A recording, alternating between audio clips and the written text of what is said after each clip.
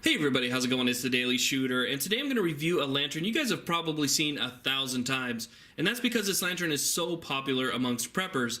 Now, it's popular for several different reasons, but one of the main reasons is the fact that it doesn't require batteries.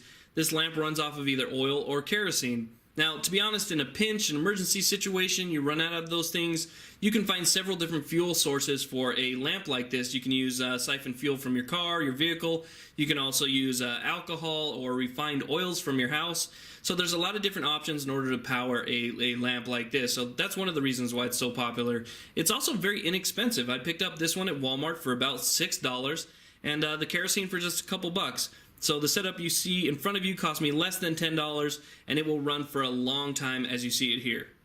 So what I did was I took this lantern with me on my trip to the Redwoods last week. I decided to use it in a real world environment where you would actually need a lantern and you'd be walking around quite a bit, sitting it down, picking it up, and just working with it. So what I did was I ran it for about 5 hours a night for 4 nights. So a total of 20 hours to kind of get an overall feel for how this thing actually works and how much of a value it is for your $6.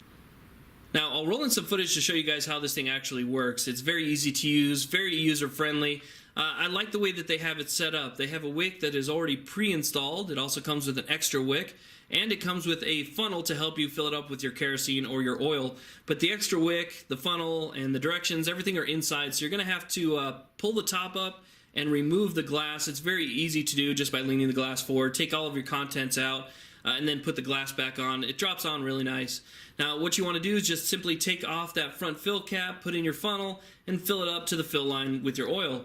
Now, you want to make sure that you give it just a little bit of time so that that wick will absorb the kerosene or the oil, whatever you're using, because if you don't, the smoke that's going to come off it is very, very black.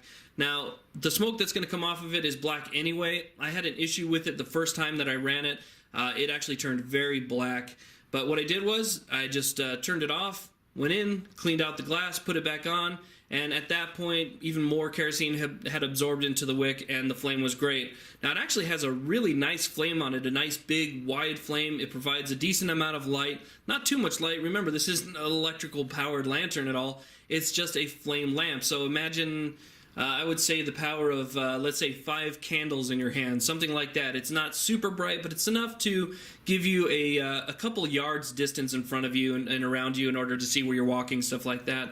The flame's good. It's adjustable simply by turning the knob up and down and then turning it all the way down in order to turn it off. Sometimes my flame would kind of keep going even when I turned the knob all the way down, but I simply just tapped the lantern and the flame would go out.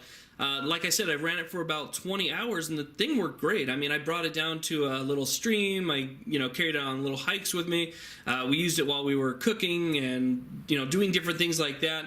And it was actually a really good lamp. I'm very impressed for the price with how it works. Now, coming back here, you can see that there is still a lot of soot on the glass. You're going to have to deal with that soot, which means that, every night after you use it, taking off the glass, wiping it down, and then putting that back on. But it's very easy to use with that lever that is on the side. You just depress this lever that's on the side. You can lift it up, light it.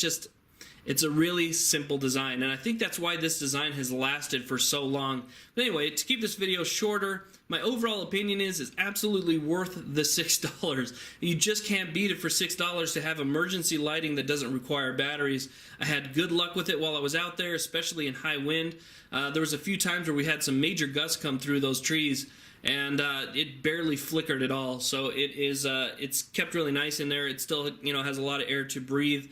Such a big flame if you want to turn it up high, but do be careful though of that top. I did touch the top of this thing a couple times right about here, and let me tell you that that gets extremely hot. So make sure that you use the carry handle. I know I'm kind of preaching to the choir here, and that a lot of you guys have already used things like this. But if you have these laying around, maybe you've never used one, you just have them aside for your preps. Just keep that in mind. Thank you guys very much for watching. Please like, subscribe, pick yourself up some lanterns like this, and have a great day.